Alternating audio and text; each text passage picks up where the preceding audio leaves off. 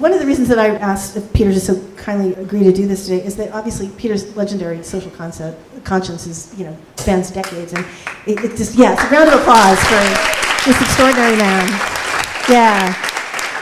He obviously champions, social justice, environmental issues, human and civil rights, the rights of Native Americans and the incarcerated, which is, it's a tough, long fight, and we're all very grateful. And he was with the San Francisco Mine Troupe, as we all know, an anarchist. I love the idea of an anarchist improv group. We need more of this.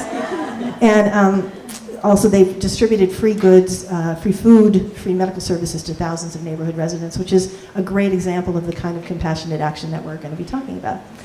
He's a Pushcart Prize-winning author. He has 2 best-selling books out. So I'm going to put the link to his books on Amazon on the thank you email you're going to be getting for coming, so you can check those out. He's got a 3rd book coming out shortly, right? We hope. And any publishers in the... No, you got it. And he's also, and definitely not least, ordained as a Zen priest in 2015. It says that you received transmission, freeing yourself from your teacher. No, the teacher frees me. I got it. So transmission means I received the teacher's authority, so I could ordain you as a priest. He's turned me loose on the world. Excellent. I love it. We'll discuss doing that. Meanwhile, Dick Grace, High Priestess, is that available? Okay. Dick Grace, of course, is a former Marine and Smith Barney executive. He moved to the Napa Valley in 1976 with his lovely wife, Ann, who is right there today. Each bottle of Grace Family Vineyards bears the wine, which is extraordinary, I'm sure you all know, bears the motto, to take the opportunity, if not the obligation, to be compassionate caregivers of our underserved sisters and brothers locally as well as worldwide. The Grace Family Foundation has distributed millions of dollars to humanitarian projects throughout the United States, Mexico, Asia, and celebrating compassionate other people. In addition to himself, he's joined with the Dalai Lama in organizing the Wisdom in Action Awards in 1995, which is incredible. I'm going to let these 2 tell you more about how they met and their relationship, but I want to make sure that you all know that there's been a documentary made of Dick's life called Take the Hill, a Marine term, yes? And it's going to be screened at the Napa Valley Film Festival on, yay! Round of applause for that. That'll be shown on November 7th at 10:45 at, where? The Archer Hotel venue, which is going to be an incredible venue. So with that, I'm going to kick it off. One last quick thing. I just want to say thank you again for all of you to be here. And the reason that I asked these 2 to be here today with you is so that we can have a dialogue, because I have never in my life found a time when people felt so powerless, so overwhelmed by the scope of the problem, so confused about what to do, and so frightened that they didn't want to take in the negativity that was all around them. And so rather than, I found myself posting angry things on Facebook, then rather than that, I thought maybe these 2 could give us something that might be a better path forward. So with that, I'm going to let them talk a little bit about how they met. Thanks, guys.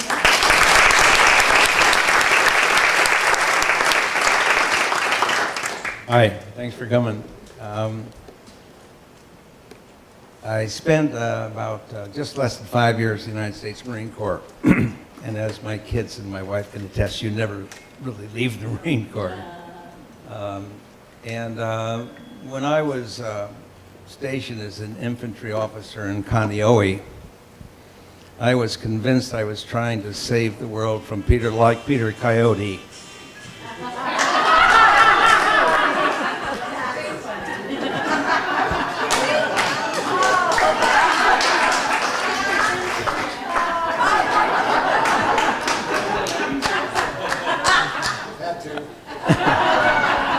I swear to God, I'm the only Buddhist with the Marine Corps hymn as a ringtone.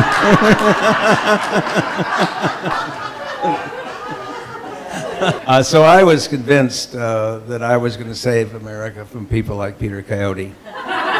And he was into all the things that... He was anti-corporate, if you can imagine that. He had seen a drug or two, if you can imagine that. He had caroused around a bit, if you can imagine that. And so I was going to make sure that people like Peter didn't rise to the top of the bottle, so to speak.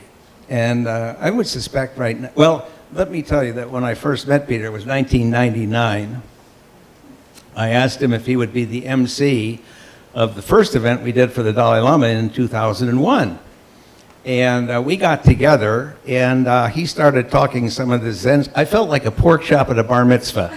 I mean, I didn't really know what he was talking about, but I heard that he was a person of great spiritual awareness, and that's what I wanted for the event. And we've been dear friends now for 20 years. I don't know why that should cause me to get emotional, but it does.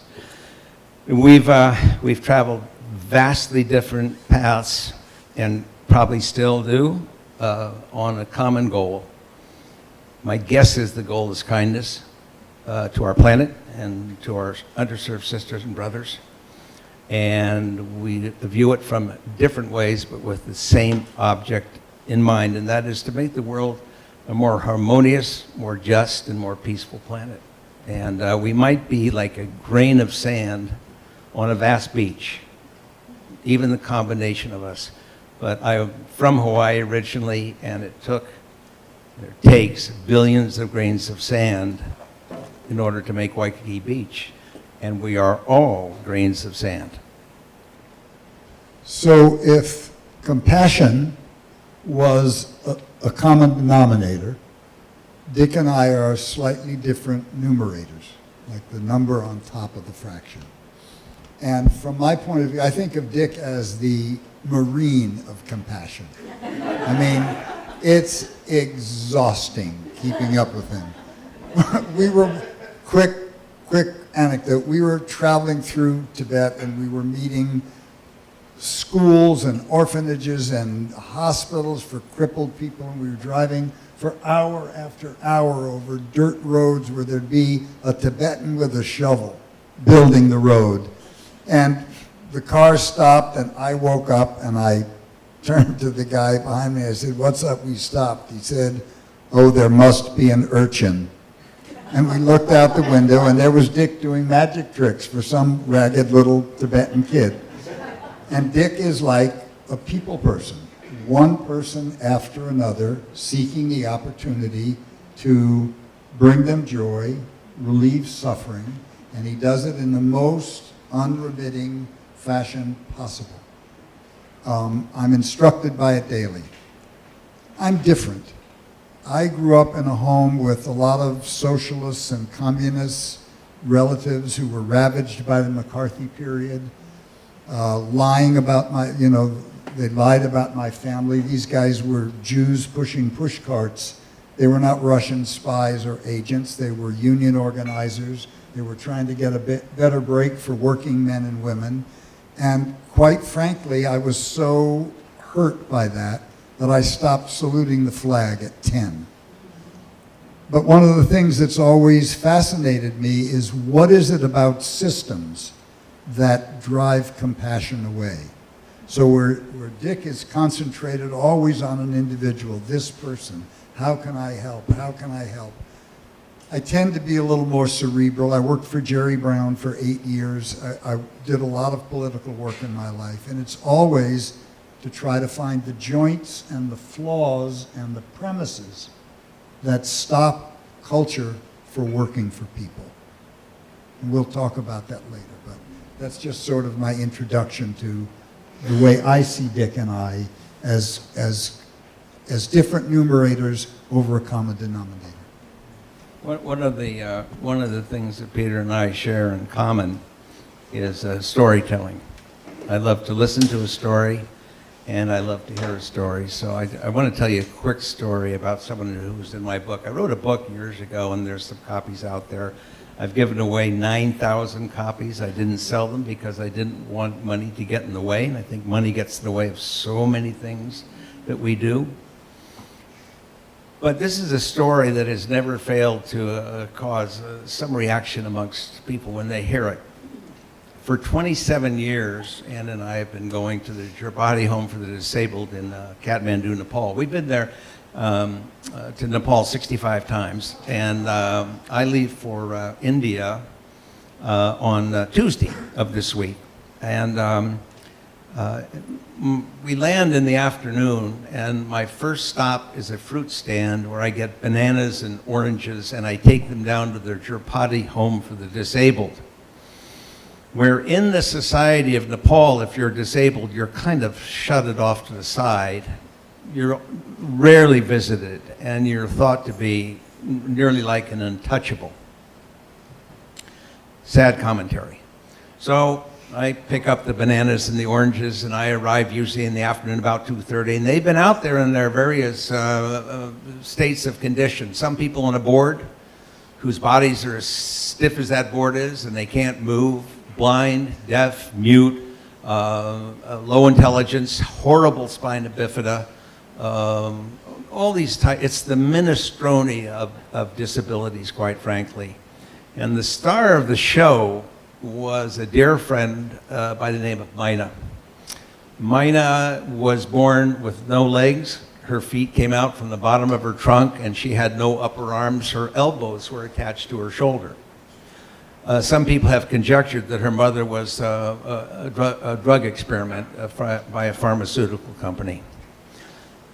But she's very bright, very intelligent, wonderful sense of humor, and she was the leader of the pack. So they're all out there to greet me. And on this particular visit, I bought each one of the women a barrette and each one of the men a comb. It was like I'd given them a Rolex, you know.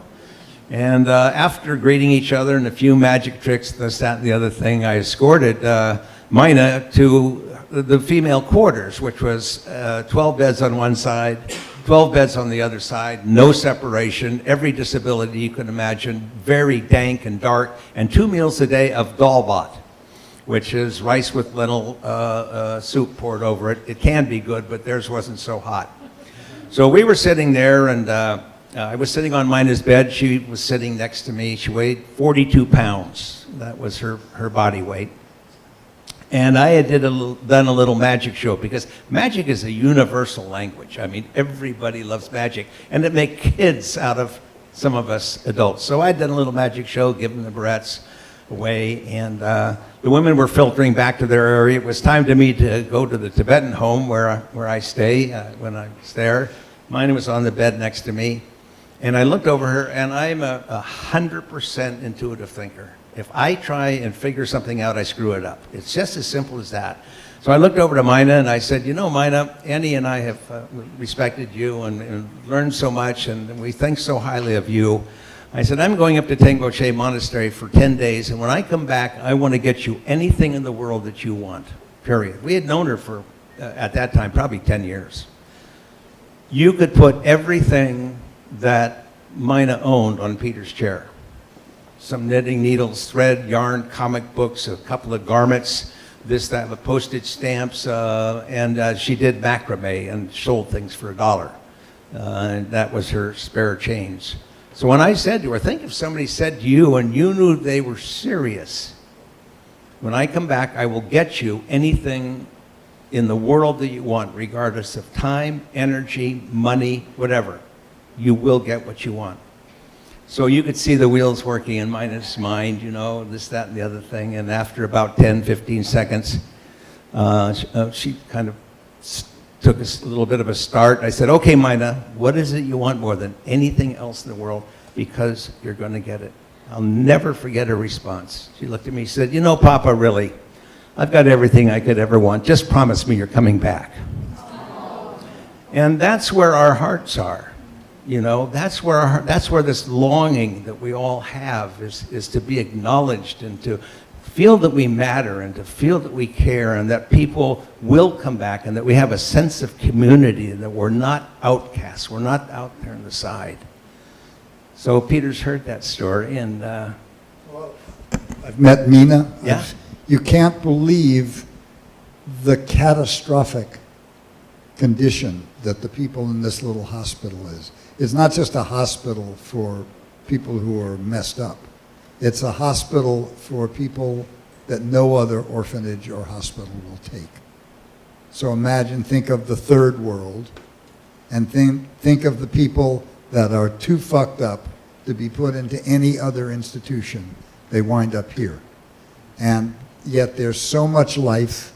They were on stage singing and dancing and telling jokes and receiving us. It was extremely humbling. So let me just connect that for a minute to what Laura was talking about. Compared to any of those people, our problems are like mosquito bites. Really. Tuesday, I'm going to Harvard to speak at a symposium about protest. And one of the things I'm going to be talking about is that the way protest it was once protected speech. And those of you that are old enough to remember the civil rights protests, the protesters were well dressed. They were wearing suits and ties. They behaved with absolute dignity. They never shouted. They sang when they raised their voices. And they suffered the indignities of being slammed against the wall with fire hoses and beset by vicious dogs and beaten by mouth breathers with incredible dignity. And it was that dignity and that restraint and that discipline that created the theater of their protest, that showed the bestiality of the other side and drew a line in the sand. So one of the things that's happening in the current political climate, and these are the kind of things I think about, is that it used to be that protests were protected speech under the First Amendment. But there's a guy named Martin Reddish at Harvard who came up with a very clever and very pernicious analysis of the First Amendment, which was to say, gee, if the First Amendment was considered essential to a democracy, it must be that the Founding Fathers wanted us to be able to hear the widest spectrum of opinions that we possibly could. And that analysis has been the basis for the entire corporate sector using the First Amendment to protect their papers from illegal search and seizure, from when they've committed crimes, for giving credence to corporate advertising. A medical ad on television doesn't have to be true. It can be your opinion. And as your opinion, it's protected speech. Well, so in this world now where all speech is protected, it's all equal, and it's also joined by social media and Facebook and Twitter and phones and all of this stuff. As an unconscious adjustment, all of our protests have gotten louder and shriller and angrier. And people have forgotten that a protest is an invitation to join another world. It's an invitation to join a world that is more just and more equitable and more harmonious than this one. Well, who would accept an invitation while they were being shouted at? So one of the things I'm concerned about is what Laura has mentioned. There's all this angst, there's all this fear, there's all this anger and rage going around. I don't know if all of you watched the Kavanaugh hearings, but there was an event that broke my heart in it, which was after Kavanaugh was appointed and Lindsey Graham had done his audition for Attorney General. He stood up and he said, "Who do you want to run the country? The grown-ups or the kids?" And then they cut to the picture of the three women in the elevator accosting Jeff Flake, screaming at him, "Look at me when I talk to you." And these girls were my sisters. I mean, I immediately felt for them. I understood what they felt. But I wanted to reach through and say, you're indulging your anger. You're not aware of how you're being seen in the Midwest. You're not aware of how you're being seen by blue-collar people who don't have the entitlement to get this angry, who respect, people who are older than them and of a higher social status. So one of the things I'm going to talk about is the way that we can practice compassion in the field of political protest. And the first place it starts is by your taking a decision not to allow politics to take your state of mind. I once heard someone ask His Holiness the Dalai Lama how he felt about the Chinese after all the wicked things that they've done, the kidnapping of the Panchen Lama, the torture. Remember, this is a man who sees people all day long who've been tortured, fled Tibet, and they've been tortured, and they come to him. It's the one thing maybe they want to do in their lives. And he's consistently cheerful, consistently happy. And his answer was, I will not let them take my state of mind. So, first thing I want to do is put our anger in perspective. We're talking about mosquito bites. We're living in Napa Valley. We're wealthy beyond imagining. We're comfortable. We have food. No one here in this room is starving. So we need to channel our anger, and we need to discipline ourselves to remember that every act we make toward even an opponent, even an antagonist, is a piece of theater that is being viewed by that opponent and being viewed by other people. And if we want to create theater that will invite people into another world, the first thing we have to do is realize that we're not different from them. And I'll tell you just quickly, and then I'll stop, a way to think about it. That's a Buddhist perspective. So the Buddhist description of the world is that under every material form, everything that's separate, there's a roiling, pregnant energy, formlessness. And it becomes solar systems, people, oceans, cheetahs, hummingbirds, buildings, what have you. And if you imagine like an ocean with little choppy waves on it, each one of those waves could be a thing in the world that we could name. It could be your own life. It comes up into form for a while and we call it, oh, it's a wave. And then it settles back after its time into the ocean. And what the waves forget, and what we forget, is that they've never, for one instant, not been part of the ocean. So you and me and Donald Trump and Hitler and Mother Teresa and the Dalai Lama were all just these little waves rising up into form for a while. There's no good guys and bad guys. We are human beings. We're like radios turned to the human frequency. And anything that any human can feel or experience can come through us. If we know that, then we can be on guard for our negative feelings. And we can make sure I don't let envy or competition or anger leak. If we think we're the good guys, we bomb Baghdad in the middle of the night and kill men, women, and children in their beds because we don't like their leader. So we have to start by realizing there's one universe. There's no place to stand outside of it. This is where we have to make the world that we want to have. And the person you're talking about has different experiences. And your job is to find out why he or she thinks that way. And I promise you, if you do that, you may not come to agreement, but that person will not feel judged by you, and they will drop their defenses. And from that neutral place, there's always the possibility to move forward together or find some avenue of agreement. So those are the ways in which I think of compassion, in which I try to put them into practice. Did I lose you or did you follow me? Okay, good. You lost me. That's to be expected.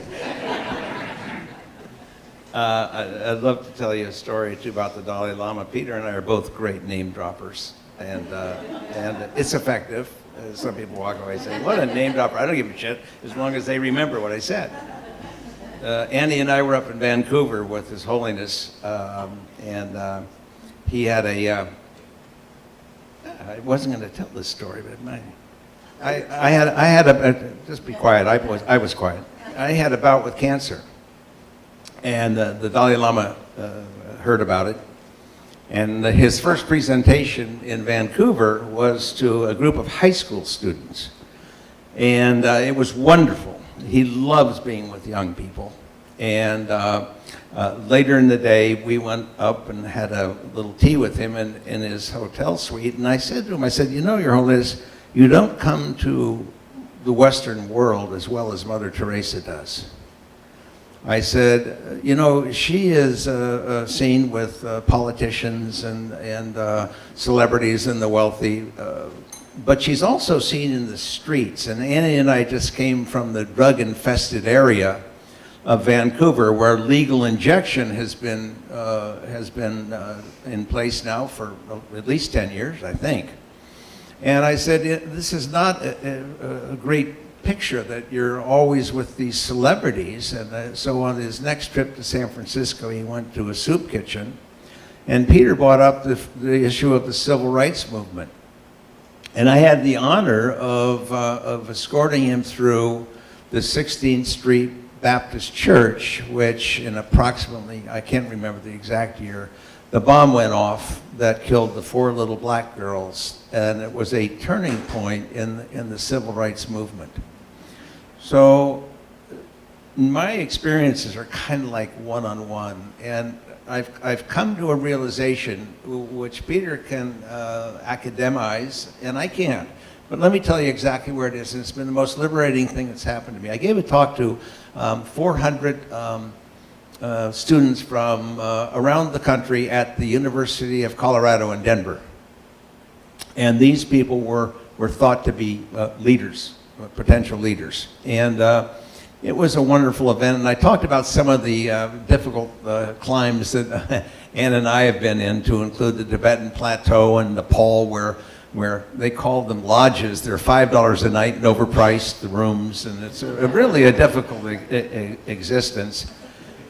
And this lady came up to me afterwards, this college student, and she said, Mr. Gray, she said, what are the luxuries in your life? And I think that she was asking me, you know, like, what kind of watch do I wear, or what kind of car do I drive, or where do I take holiday? And I thought about it for a minute. And I like my own answer.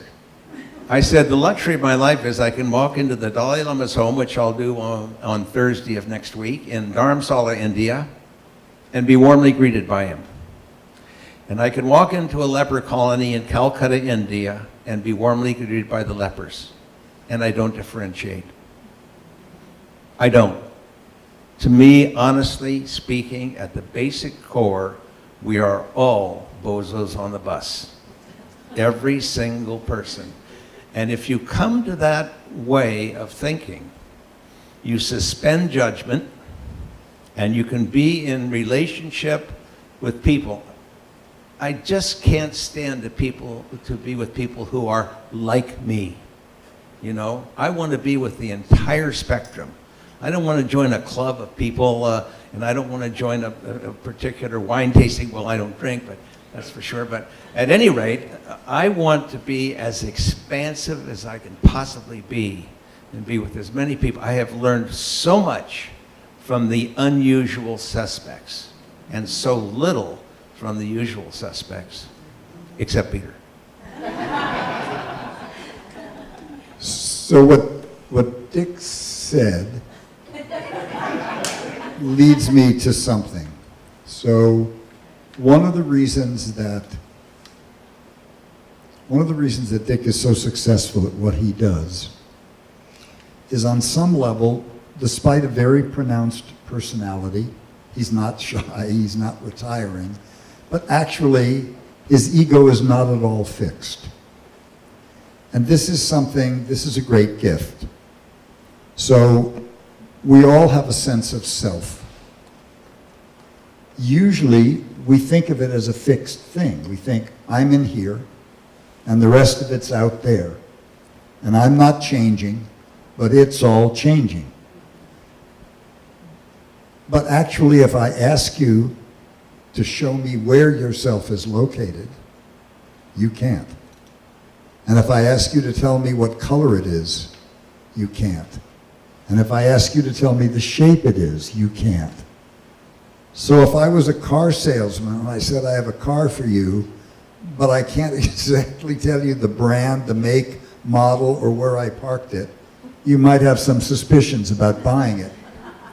So in the same way that I talked about the common denominator of the universe is formlessness, and we know that it's infinite because it can assume any kind of form. We can only see it through the multiplicity of forms that get done. So there is no little organ tucked under your liver with your name on it. The self is an awareness. And the idea that you can know yourself is because, imagine a little captain's cabin on a ship. And we imagine somebody in there that's doing our hearing, our seeing, our thinking, and the walls are covered with little photographs of yourself at different ages, and your mom and your dad and birthday parties, and there are little post-it notes. I'm this way, I'm that way, things your mother told you, things you implied about yourself, things you misunderstood. But what we forget is that each of those photographs is only 125th of a second. And those post-it notes are just transient. The mother who was furious at us 10 minutes later was a different person. So once you start to meditate on it a little bit and realize there is no fixed self in there, you can begin to practice letting go of anything that doesn't work for you. You're boundaryless. So when you have an idea that you have a fixed self, you immediately want to protect it against the vastness of the universe. So how do we do that? We accumulate wealth, we accumulate status, we accumulate power, or we make ourselves intentionally stupid so that we won't have any responsibility, so that people will overlook us. But they're all... It's a Dalai Lama. Is it really? You better take it. Take a little kiss.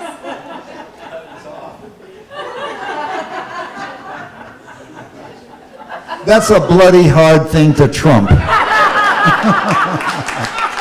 You know, I'm going to have to channel Jesus. You're going to have to call.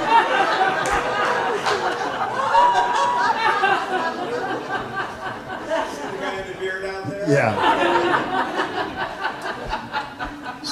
So anyway, the things that Dick is describing, the lack of status, the lack of attachment, it's not like our mind stops when we get enlightened. It's not like we don't think. It's that we learn through meditating not to attach to our thoughts. If you can sit there and just watch your thoughts go like a movie, it doesn't matter what you think about. They're not going to jerk you around. If it hooks you and you say, that son of a bitch ever says that to me again, I'll slap him into tomorrow. You're hooked. If you can just watch and say, wow, I'm really angry. Where's that in my body? What part of that scene really provoked me? This is why Dick's an anomaly. I don't know how he got there. He got there, but some other kind of way. This is the first time tonight that I've ever heard him say he was a Buddhist. And all the time we've known each other, he's insisted he's not a Buddhist, and then just gone on behaving like a Buddhist. But since I'm entitled to be a teacher, I'm telling you that you can all do this. You can all just practice watching your breath while you're doing anything and let your mind do what it wants. And any idea of yourself that doesn't work, you can drop like a bad habit. And then it won't matter so much about money or the style of your clothes or your status or how well known you are or anything. And there's great liberation, and that's the state of being, you know, the Dalai Lama ordered a hot dog and he said, make me one with everything. That's that condition. So I'm a meditation teacher because that's the state of mind it produces. And it's a state of freedom. And in that state of mind, you can then take other people as important. And you begin to look after them and practice the kind of moment-by-moment compassion that Dick does. So the Dalai Lama once asked me, or more than once asked me, when I went into a meeting or an audience. I don't call it an audience, I really call it meetings with His Holiness. And usually he looks at me and says, "Well, Nick, any meditation yet?" And I said, "You know, Your Holiness, I'm so busy doing stuff that you asked me to do. I don't have time for it, but I promise to be a great meditator in my next life." And that's about. There's one thing that I have a little disagreement with Peter. You know, well, there's more than one, but the thing that was said tonight. I want to talk about depression for a while. My father suffered extraordinary depression. I can remember as an 8-year-old going to a sanitarium in Belmont and seeing my father rolled out of an operative with a metal band around his head. And I can remember when Annie and I were 60, seeing my father in an institution. And I've suffered depression. It's been 10 years. I don't know if it visits again. One of the most difficult things, every cork from our winery says, "Be optimistic." I have a clock that says, "Be optimistic." It's a byword. I give no watches. I know there's some being worn here tonight that say, "Be optimistic." And the mystic is spelled with a Y, a reminder of all non-harming. But depression and sadness can accrue to the most successful, the most accomplished, the most everything. And you know, we say the people in this room, we live in the Napa Valley, our problems are like a mosquito bite on an elephant's butt. But depression can roll right into that environment, I think, just as easily as it can roll into the environment of our most underserved sisters and brothers. It knows no boundaries. If I have 2 or 3 regrets in my life, the biggest of which is that had my father had access to the medication that I take, he would never have gone through what he had to go through. So people would say to me when I was depressed, they would say, "Dick, you have everything. Basically, you have your health, you have 3 wonderful children, you have grandchildren, you have a successful business, successful winery, you were successful in the investment business, and you've got everything a person could want." That made me feel worse. Because I would say, intellectually, you're 100% right. More than I ever dreamed of in my life. So what a weakling I am to have depression. For an optimistic person like myself to have suicidal thoughts go through my mind 20 and 30 times a day, and I could not stop them for 3 months. Every day followed me around. My support of my family, my support of my friends, my support of everything was a big help. I would have to say that for me, medication was an answer. I'll be talking to His Holiness about it because his younger brother suffers the same way, and he and I have talked about it. And he's not has no odds with medication as a solution to the problem of depression, but he feels like Peter that through meditation, I promised him that I'd be a good meditator in my next life, and maybe I will be, but I wish that it was as easy as meditation for me. But I have the attention span, as I said, of a hummingbird, so it's really hard for me to meditate. I have meditated for about an hour and 20 minutes total. No, that's a lifetime. That's 80 years, you know. And I try, but I immediately focus on something different. Well, that's a really good reminder. So when I was talking about suffering like mosquito bites, we were talking about physical disabilities. But the first noble truth of the Buddha, after he was enlightened, he didn't really want to teach. He thought that his teaching was too subtle and too difficult for people to understand. But people prevailed on him, and so he codified. And the first thing he came up with was the 4 noble truths. And the first one is, suffering exists. It's not neurotic. It comes with being a human being. The second one is there is a way to end suffering. The next one is there is a path to end suffering. And the fourth one is to follow the Eightfold Path, which is a series of behaviors and ways of being. They're all informed by meditation. The thing about, so it's true, anyone in this room, Steve Jobs, suffered from some kind of autism or some kind of Asperger's syndrome. Nobody gets through this life scot-free. But one of the things that my teacher once said to me, there's nothing crazy about feeling anything. Anything you can feel is not crazy. It's part of the human spectrum. What's crazy is to feel something and not want to feel it. So what meditation does is develop practice being in your life just as it is, with no diversions, no escapes, no cell phones, no nothing. And even depression. In my practice, I would go every year to do a week-long meditation called a sesshin. I'm teaching one in December. And you meditate from like 5:30 in the morning till about 10 o'clock at night. You take breaks, you eat, but it's formal, it's silent. And I did one where I wept for an entire week until it was burned out. But I was with it, and I stayed with it. And the clue that I heard in what Dick said was trying to stop it. And that's a definition of suffering.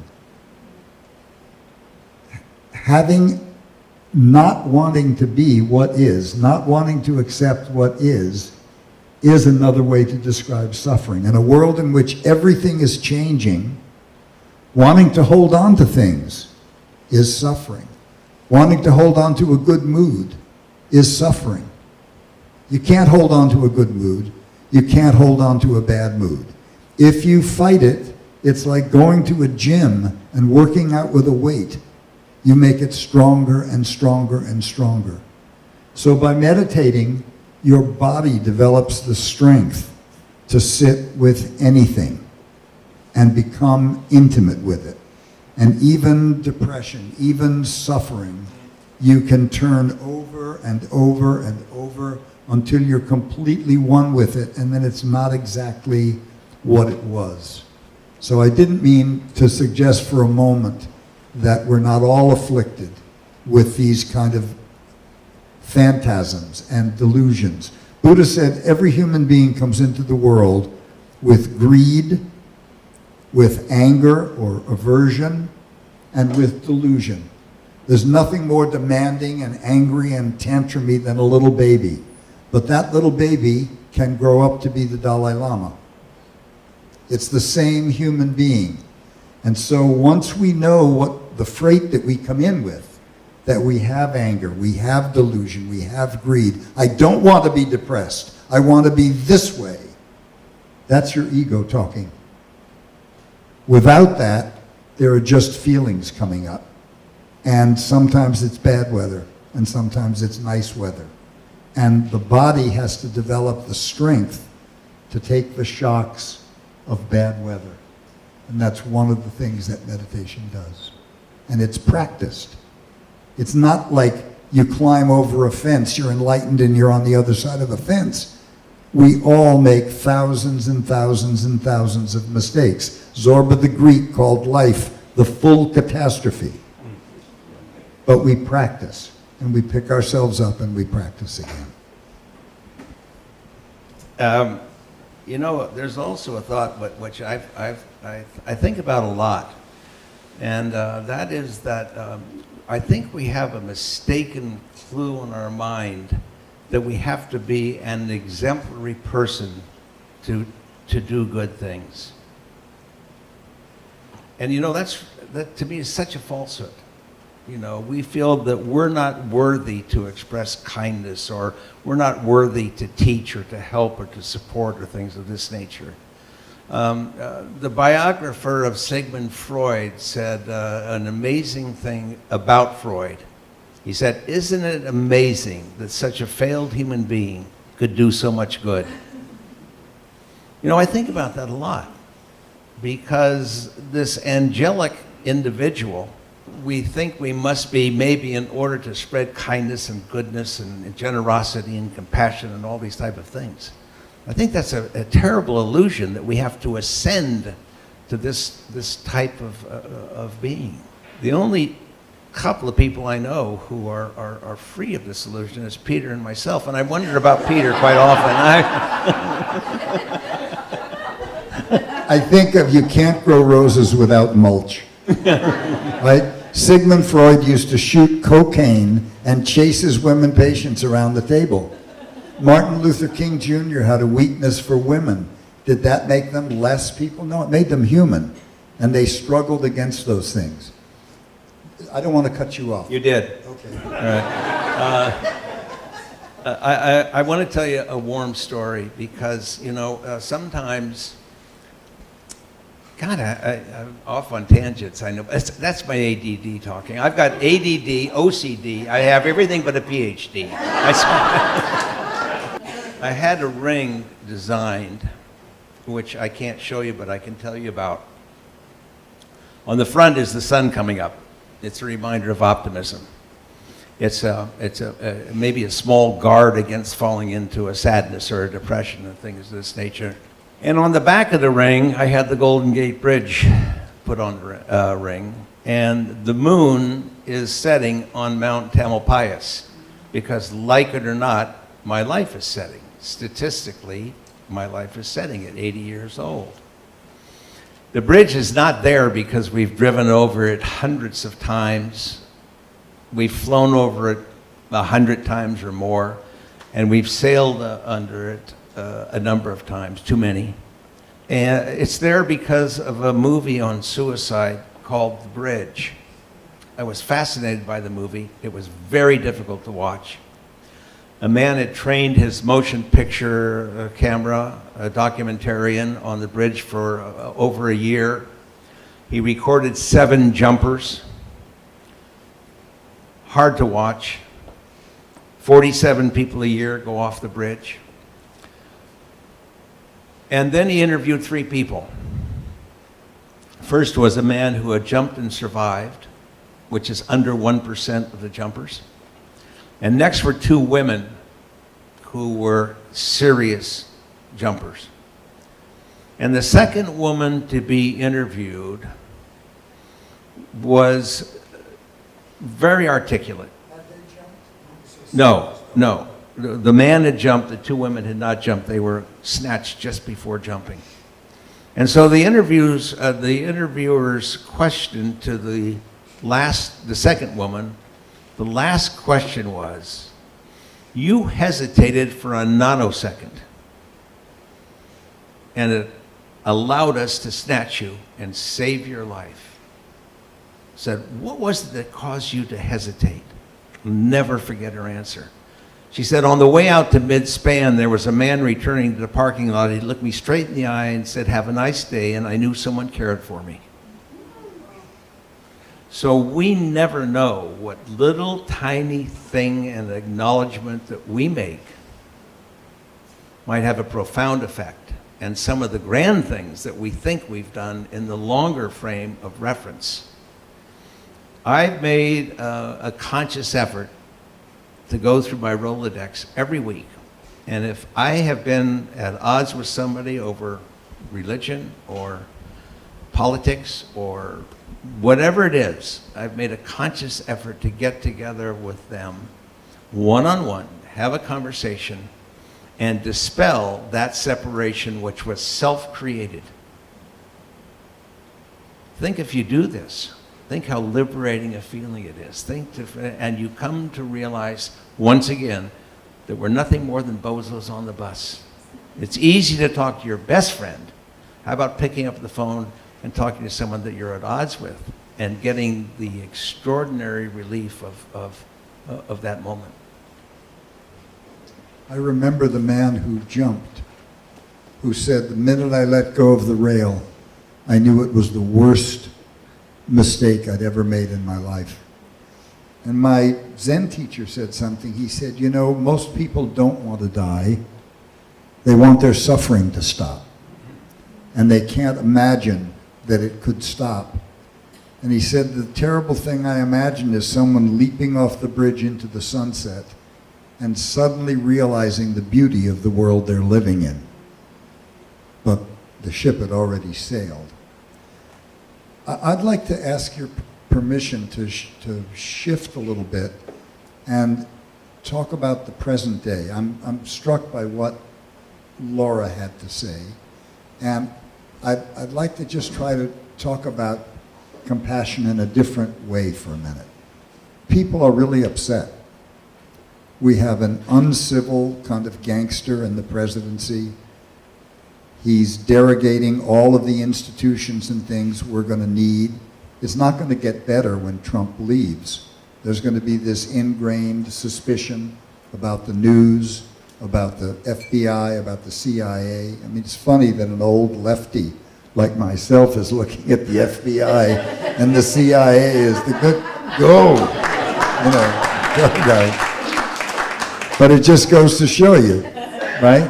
Everything changes. So I think about contemporary life all the time, and I think that on the one hand, it's indisputable that democratic capitalism has been maybe the greatest generator of wealth on the planet. You can look at any other culture, there's nothing like this.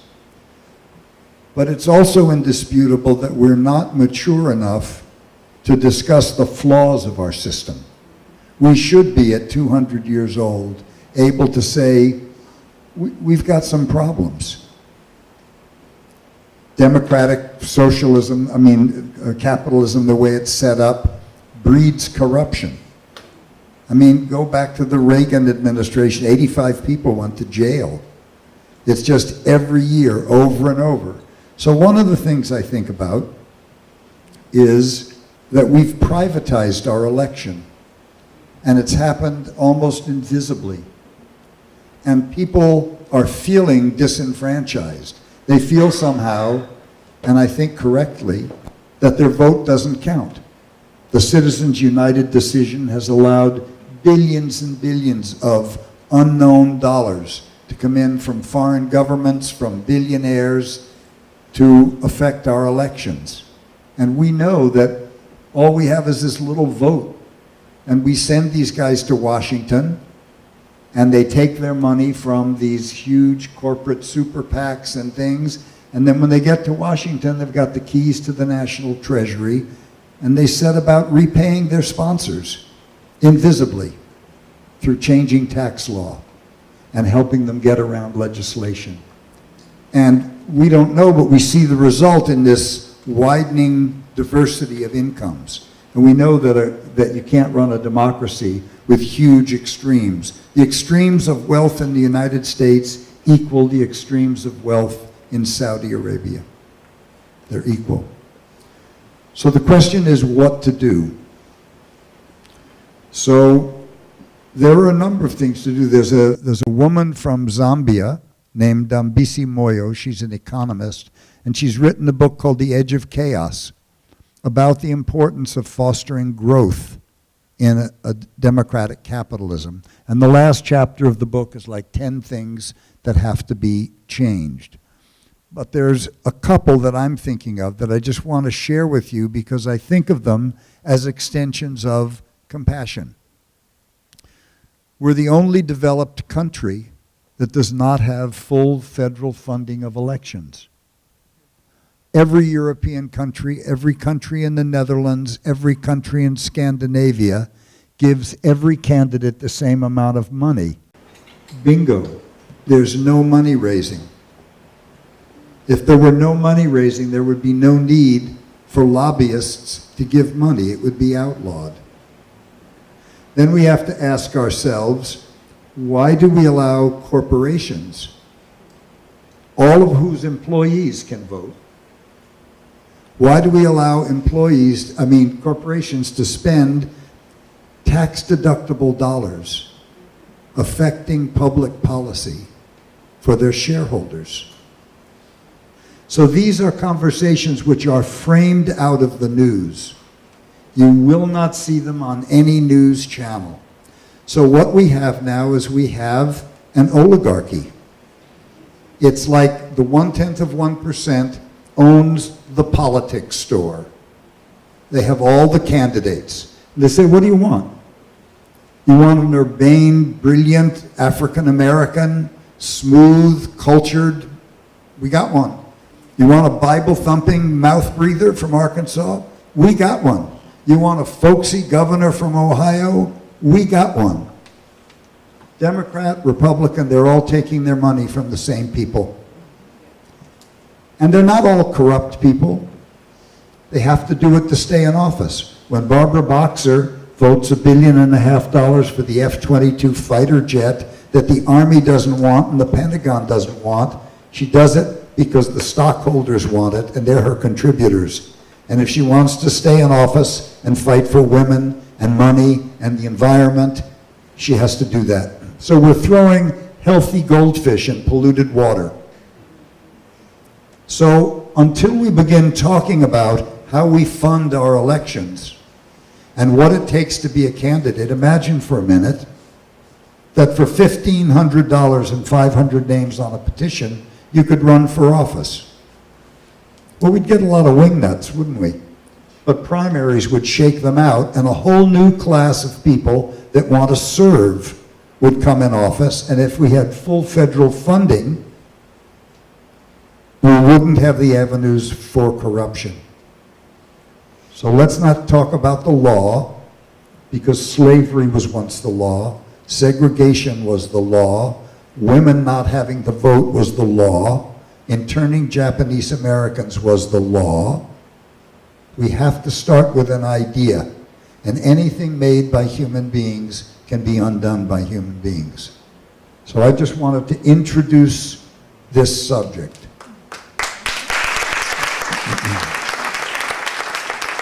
Because it's a practice of compassion. We are not reflected by our legislators. So we're all feeling weak, agitated, impotent. We see the world going. We see the Republican Party, when I was growing up, used to be the people of probity. They just added $1.5 trillion to the debt for our grandchildren, which is going to wipe out Social Security and Medicare, and they know it. Ronald Reagan called it taking the toys away from the kindergarten. They run up such debt that you can't run social services. Well, they're all obligated to capital. The Republicans were told by their donors, you give us this tax break or you don't get back in office. So we have to do something. I'm not sure what we do, but the first thing to do is start promulgating the idea that we deserve people who feel compassionate about our country, who feel compassionate about what we're going through, who feel compassionate about our agitation and our sense of impotence. And so this is why I'm talking about it, because the forms of our life together and our government can reflect our highest intentions or not, and we still haven't lost the game. I think we're about ready to wrap it up. But one of the things that I wanted to ask you both is that one of the reasons that you two are so unique in terms of putting compassion into action is that you've both tackled overwhelming problems. I mean, you go to places that you don't write a check and send it in and say, I hope some charity somewhere. And there's nothing wrong with that. We love that too. But you actually go out there and hands-on and take on overwhelming problems. When there was a big earthquake in Nepal, you were there with food and clothing and things within, 4 days. Pretending to be a Marine general so he could get past the soldiers and deliver rice. And he did. No, that's the honest truth. Yeah. It's just a real quick story, but there was a disabled person at the Joe Party Home for the Disabled called Rocket. And Kimmy knows him well, and Annie, and he's just a character. He's I don't know the proper word, but he's a midget or a dwarf or something like that. And His sister was badly injured at Bhaktapur during the earthquake, and she was taken to the Pakistani field hospital. And honestly, it was the most efficient of all field hospitals I went to, and they made a judgment that they would not let any visitors in because it would end up hampering their ability to treat the injured, and there was a lot of injured people there.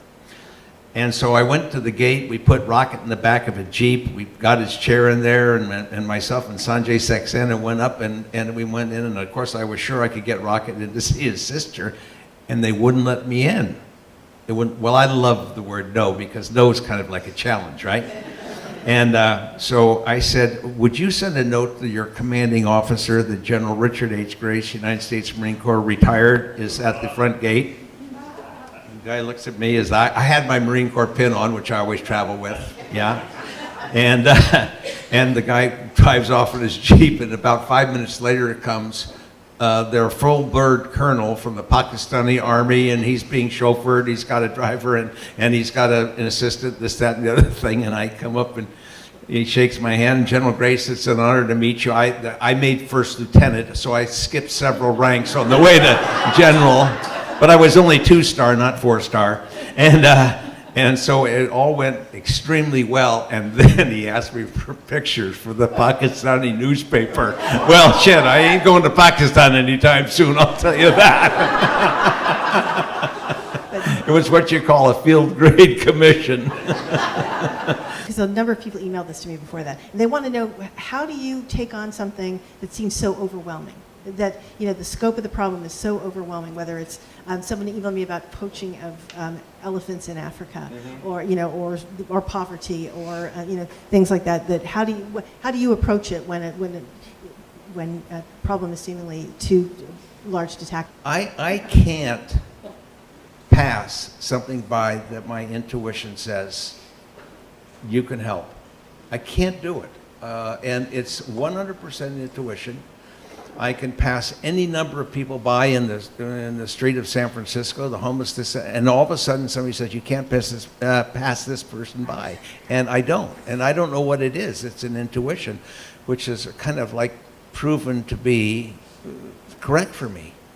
So I have the courage. Okay, basic belief. I believe that every person in this room and every person on the planet is born good or perfect. And any spiritual persuasion that says to me, we're born bad and must come to them to get good, I can immediately put by the side, okay? So I think we're born compassionate, kind, loving, perfect, etc., etc. That's our heart. But on the way from our heart to our mind is all of this stuff. A compassion act becomes too far away. It becomes too time-consuming. It's too health risky. It's too expensive. I'll never make a difference. And our mind starts to play this tape over and over again, and suddenly we have either diluted or destroyed our finest thinking by what I call stinking thinking.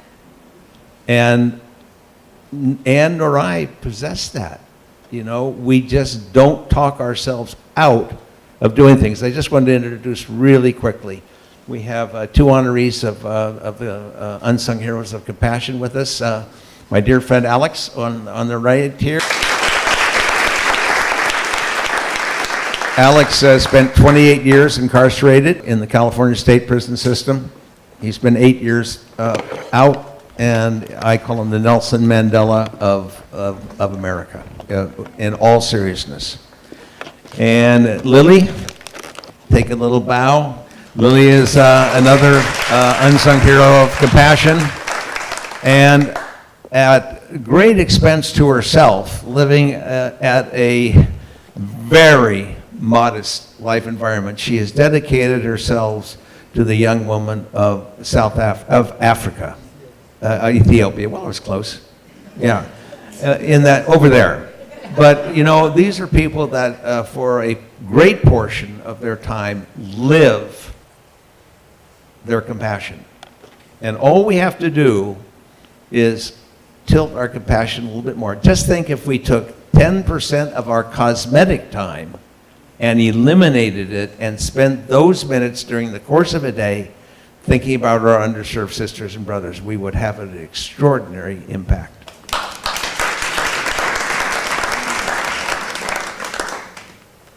First of all, I feel very fortunate to be here this evening, and for someone who has ADD, you are impressive.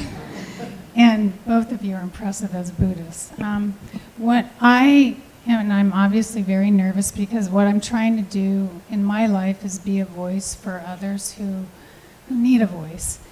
And in our sapiocentric world, I'm hoping that as you're talking about giving a percentage of our compassion, that we will also consider our other earthlings who are confined in extremely awful conditions, and think about what we can do in our actions to honor them and what they give to us, by thinking about what we eat and how it comes to us and how we can alleviate suffering there as well.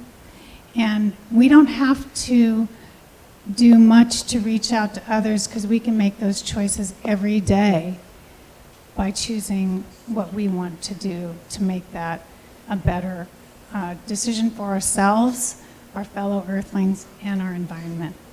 Thank you. That's perfectly said. You know, the common denominator of all living things is that they don't want to die. And when I was a young man, I used to be a marksman. I was a reloader. And during the 60s, I was a poacher. I kept my communes in meat all the time. And I hunted until I became a Buddhist, when I started thinking about these other creatures who were just living their lives. They didn't want to die, and neither did I. Fish didn't want to die. A bee doesn't want to die. It will bump you in the head before it will sting you. So I happen to be a vegan. I do that as an emotional response. Sometimes I feel if I go to someone's house, I will eat what I'm served, because I don't want to make my diet other people's problems.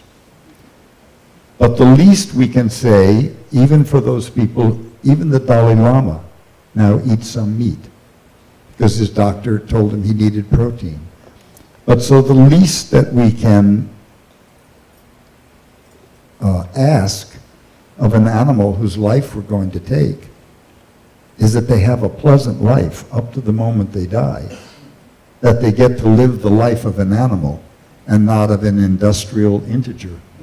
You know, a pig that can't turn around, a calf that can't turn around, a chicken that's in 1 square foot of space. And we have the power to, as consumers, to ask at the stores that we shop and to demand. You know, you can get a cow, you can get beef in Marin County that's on a scale of 5, which means it's been petted to death. You can't get a pig above a 2. So thank you for saying that. This is not just human beings that deserve our compassion and kindness. I have just one small comment about you and being anxious. You are so poised and so filled with goodness. Go up in every talk you ever give with the confidence that you're on the right side and be the person. All you have to do is be the person you really are.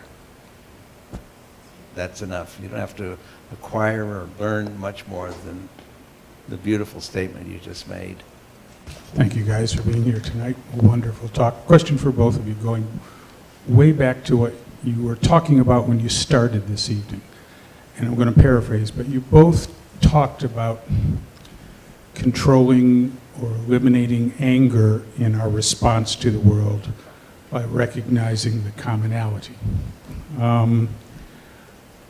But as Buddhists, as progressives, as good people, don't we also have an obligation to confront evil, to recognize evil, to judge evil, and be somewhat, if not angry, assertive and aggressive in our stand? I think about this a lot. I really do. I've heard the old saw, oh, Jim's such a nice fellow. You've never heard him say about a bad word about anybody. I think, what's Jim thinking? You know, how could Jim be so dumb? Some people deserve to be outed, you know? Yeah, I mean, Jim's, you know, Jim deserves, I think it's important. I think it's also important to do it I think anger can be released in multiple different ways. One of the great things I've learned from Nepal, which is the most polluted, traffic congested place I've ever been. We were just there because our granddaughter Hannah spent a month serving one of our facilities in Nepal. The amount of dust in the air is indescribable, okay? The amount of traffic is beyond belief. They have fender bender after fender bender. And they get out of the car, they survey the damage, they might exchange a few dollars, and they are never angry. I cut somebody off on the freeway involuntarily on the way down to Richmond one day, and the guy flips me off, and I wasn't so sure that he didn't have a gun in his car. So, you know, we have to, can you imagine the effect of a person who used to live in Richmond, right? And then has to drive not 25 minutes, but an hour and a half into San Francisco to go to work. And then they have a work that they don't necessarily like all that much, and they're barely squeaking by financially, and then they have to wait an hour and a half to get on the bridge and get home, you know, of this. People ask me why I wear this, this mala, these beads on my hand, and they say, do you wear those because they were blessed by the Dalai Lama? I said, they were blessed by the Dalai Lama, but that's not why I wear them. They said, well, why do you wear them? I said, it's a constant reminder not to be a jerk. I use another term, but I won't use it right now. And my name is Dick, so you can imagine. How did we get Dick and Peter as names? Have you ever thought about that? Our mothers named us after sex organs. Thanks, Mom. Anyway, but I make a conscious effort. Now, let me give you one example that I promise will work for anybody in this room. I promise you it'll work if you try it, okay? If you have a bee that is in your hand and can sting you multiple times, you cannot squeeze that bee to death. It's going to find a recess to avoid your fit, your clench, right? The only way to free yourself from the stinging is to let it go.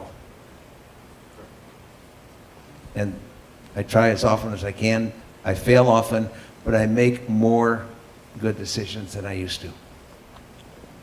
So, full disclosure, the speaker is a serious Buddhist practitioner.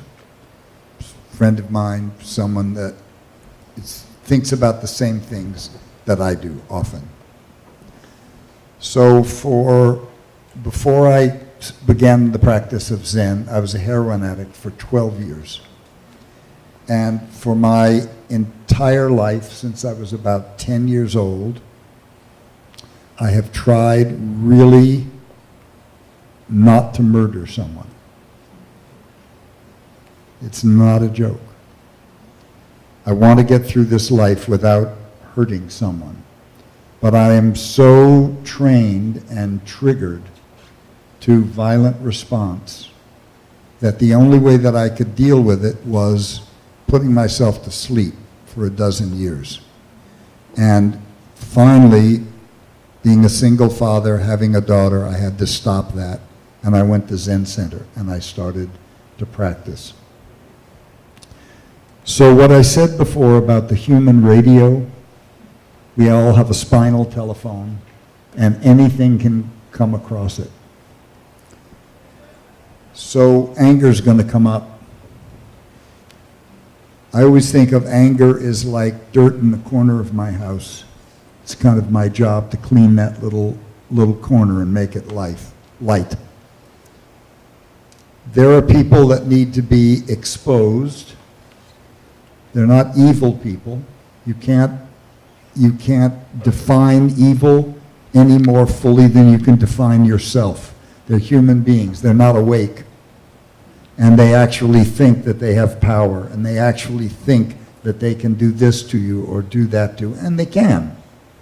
But look at the baby pictures. They weren't born that way. So I think that when we stand against injustice, we generally sit meditation. We generally sit outside a nuclear power plant and meditate. My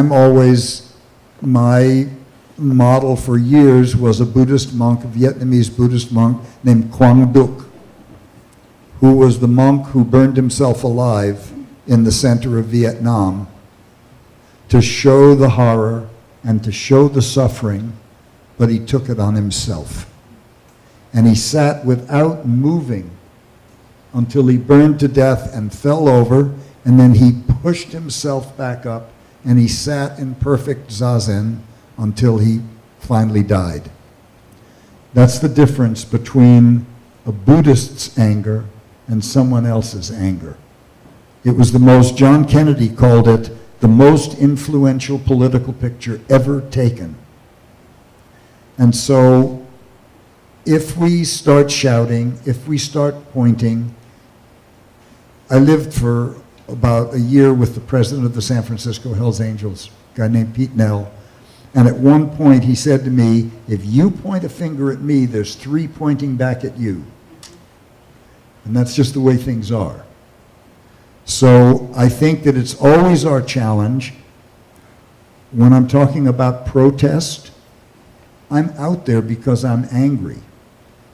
But if I express that anger, I'm just contributing to the right wing's anger. I'm just throwing another piece of shit in the drinking water.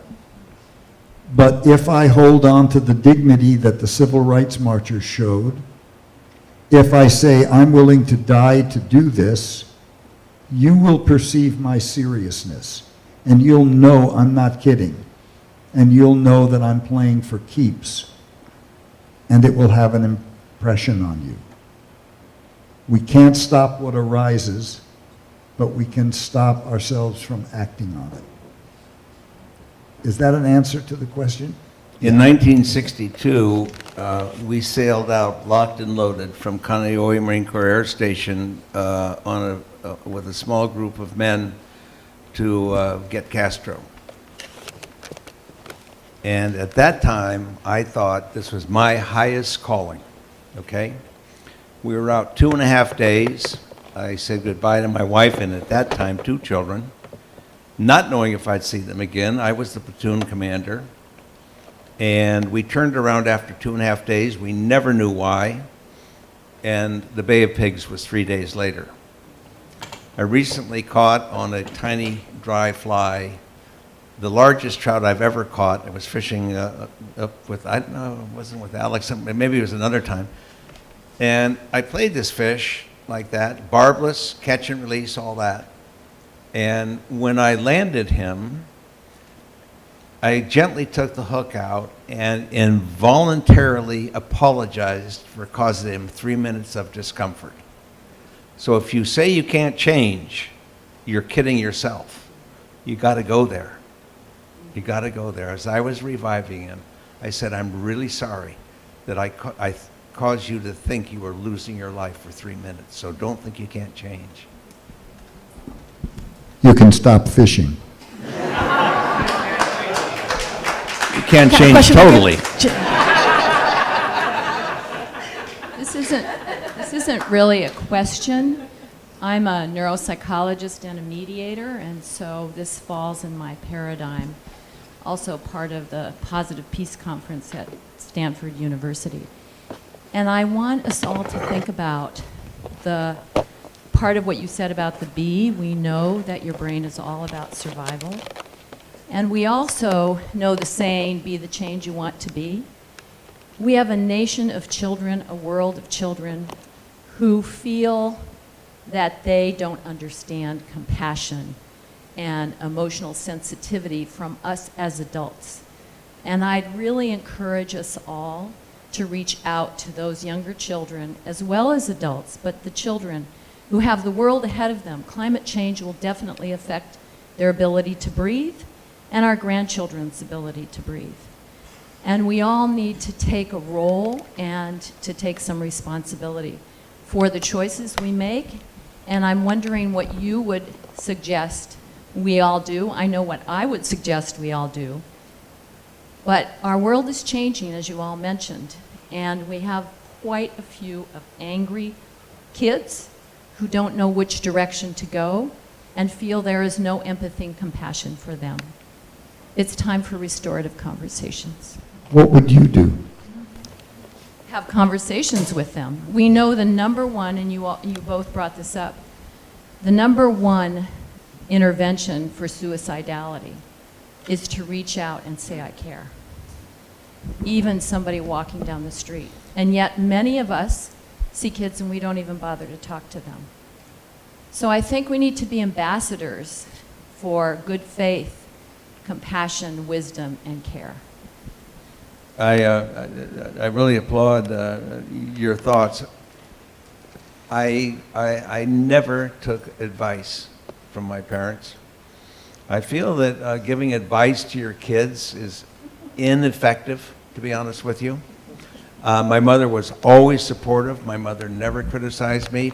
But one thing that I could say, and that is that all of our grandchildren have stood by my side at St. Anthony's Kitchen in the Tenderloin, not on Easter Sunday, not on Christmas, New Year's, not on some special day, but on a cold Tuesday night when it's raining and there's no one else there, and served our brothers and sisters who are homeless. So I'm kind of an experiential type of person. Rather than, I can't philosophize it too much. I just say do it. We have a young woman here who is a testimony to what happened. And my favorite sentence is, if given a chance. I'm not going to ask her to stand up because she's too shy. In 2004, she was of a semi-nomadic family in Tibet. We met her as an interpreter. Impressed by her presence, came to America on a holiday, expressed an interest to attend college, attended college, and as one of the very few really reading and writing and all this type of thing, graduated magna cum laude from the University of San Francisco. So it's if given a chance. Let's give these youngsters a chance to experience the compassion and kindness. And I say do a simple thing. And I think invite them to the conversation and you listen. I mean, remarkably, many times over and over again, if I just reach out and say something to a younger person and ask them for their perspective and their wisdom and their experience, it's surprising what you can learn. It's amazing. But look at the audience here. I mean, this looks like the Cameo Theater for the early movie. I mean, we all go in there. Everybody's got gray hair, for crying out loud. There's no kids here. Point well taken. Well, I'd like to respond to something you said. So I had an assistant for 8 years who's kind of like a daughter, and she couldn't live. She and her husband, she married an East Indian man, and they couldn't live in Marin. They were just both working around the clock. They moved to Asheville, North Carolina, and they started a Indian street food restaurant called Chai Pani, and it became the #1 restaurant in Asheville. Her husband was nominated for a James Beard Award. And then they started 4 or 5 others, and they would bring kids from North Carolina to India. And they got one guy a job in a bakery, and he learned Hindi, and they brought them back, and they would only graduate people from within the organization. They would not open another restaurant until there was someone they had trained to run it. And so she runs a little empire now of millennials. And she gave a speech that really impressed me, and she was reiterating the complaints that people have about young people. They want everything now, they don't dress according to the dress code, this and that. And she said, these kids saw the Twin Towers come down. They do not believe in tomorrow. They know quite well they are not going to have the living standard of their parents. My son is 33 years old, he has a master's degree, no debt, and he's telling me he doesn't see how he can ever afford to get married and have a family. So you're describing the critical event that we can do to listen. But once we've listened, then we have to address the system that has robbed these children of a future, where they've been indebted by an entire Republican Congress, $1.5 trillion debt that they're going to have to pay. And the burden of that debt is going to wipe away the social services. And America spends less on training its workers displaced by globalism than any industrialized country. It's called TAAs, Tariffs Adjustment Assistance. And we give nothing, not Democrats, not Republicans, because both of our parties are in service to capital. So another way that we can help these children is to start to right the economy, to start to right our electoral system, to start to right the opportunities for them. Why do we not subsidize their college education? They're going to pay us back 1 million times. Why do we let banks put $100,000 worth of debt on their backs? It's an outrage.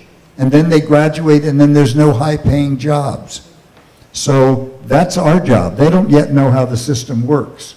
So we can listen, and I've listened, and I know what they're afraid of, and I know what they're upset about, but they don't have the authority and the skills and the money and the networking and the connections to fix it. And we do.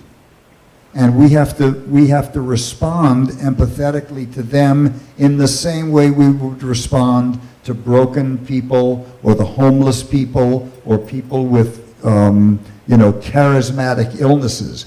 But these are our children. They know they will not have the standard of living that we had. So we have creamed the wealth off the planet.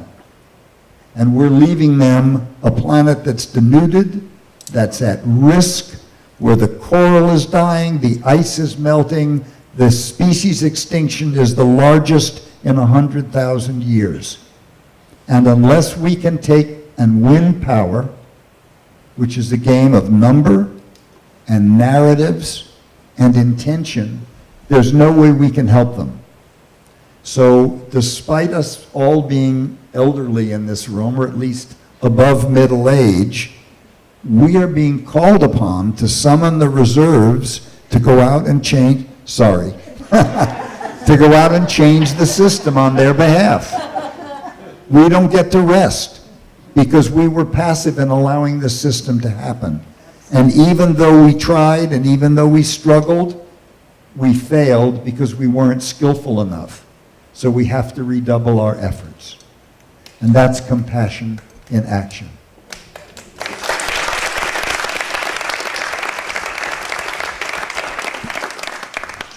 I don't know who you're calling middle-aged over there. Dick, we're going to give you the last word, and then I want to thank you both so much for being here. If you had told me that, I wouldn't have come. You can see that the reason that these two are such great friends is not only their shared compassion and the shared adventures that they've had together, but they have a shared wicked sense of humor, and we very much appreciate it. Go ahead. I honestly didn't think Peter was very funny. I swear to God. You did laugh, and there's the sign that says applaud, and you've got the button. Right. Let's have a really good feel-good story, okay? Annie and I are in South Africa for our 59th anniversary. 3 or 4 weeks ago. Nope, don't pick it up. Oh, all right. And we landed at a wonderful hotel in Cape Town, had a great meal, and the young chef came out and introduced herself to us, 29 years old, name is Fadwa. Understand you're from the Napa Valley? Yes, that's correct. Oh, and you're in the wine business? That's fine. And she said, oh, really? She said, have you heard of the French Laundry? And I said, yeah, I really have to. She said, you know, I don't have enough money for Thomas Keller's cookbook, but I have read everything that he has written. I've watched everything on YouTube. I watched the movie Ratatouille, the whole thing. she said, have you ever eaten there? And I said, I have. I'd rather put my hand on a hot plate than going back. It's a long time for a non-drinker. But at any rate, she said, how was the food and this, that, and the other thing? I said, as a matter of fact, Thomas Keller's cooked 4 or 5 times at our home, most recently, just about 2 months ago, for a fundraiser. Well, she was incredulous. How was he like? What's he like? This and the other thing. She had never left K-Town. I said, how would you like to meet Thomas Keller? And she said, it would be the dream of a lifetime. So I phoned up Sylvia, Thomas's assistant, got a date, and I said, I'll tell you what, I'm buying you a ticket to Napa Valley. It was, I think the ticket was about $1,200 or maybe less. I picked her up at the airport. She had some problems with immigration, but she finally made it through. We took her to Tomaso's, where Andy and I had our first date on December 16th, 1954. We had a wonderful meal, toured the valley on Monday, and at 9 o'clock we went down to the French Laundry, and Thomas was there with Sylvia, and we had coffee for a half an hour. She wore her Ellerman restaurant jacket on, and she was so proud and so happy, and stars in her eyes, the whole thing. Thomas was fabulous to her. Sylvia was there. It was the 4 of us, and then 9:30, his next appointment was ready for a cup of coffee, and he looks at Fad One and he said, what are you doing this afternoon? And she said, well, Dick and I are just going to take a tour around the valley. And he said, why don't you come in and work in the kitchen? She says, really? She says, like that. She says, oh, fine. Well, we left at 10 o'clock, 10 o'clock, and we spent 2 hours, and she was just like the happiest little songbird you could ever want to see. She shows up at 1 o'clock. Thomas and the senior chef there, I think his name is David, was there. They greeted her, put her on a jacket, and she was so impressive. They let her plate the food, and she helped serve the cheese course. And then at 8 o'clock, we were to pick her up around 9:30. They put her in Thomas's little booth there, and where you can watch the whole kitchen, this, that, and the other thing. And they served her a French Laundry meal. And we picked her up at 9:30. She was about as happy as a human being gets. And the upshot of the story is that he was so impressed with her in the kitchen that she starts her 1-year internship at the French Laundry on March of this year. So it's a great story of if given a chance. So give yourself a chance and give another person a chance. We'll be in great shape. Thank you so much for being here. Thanks, everybody.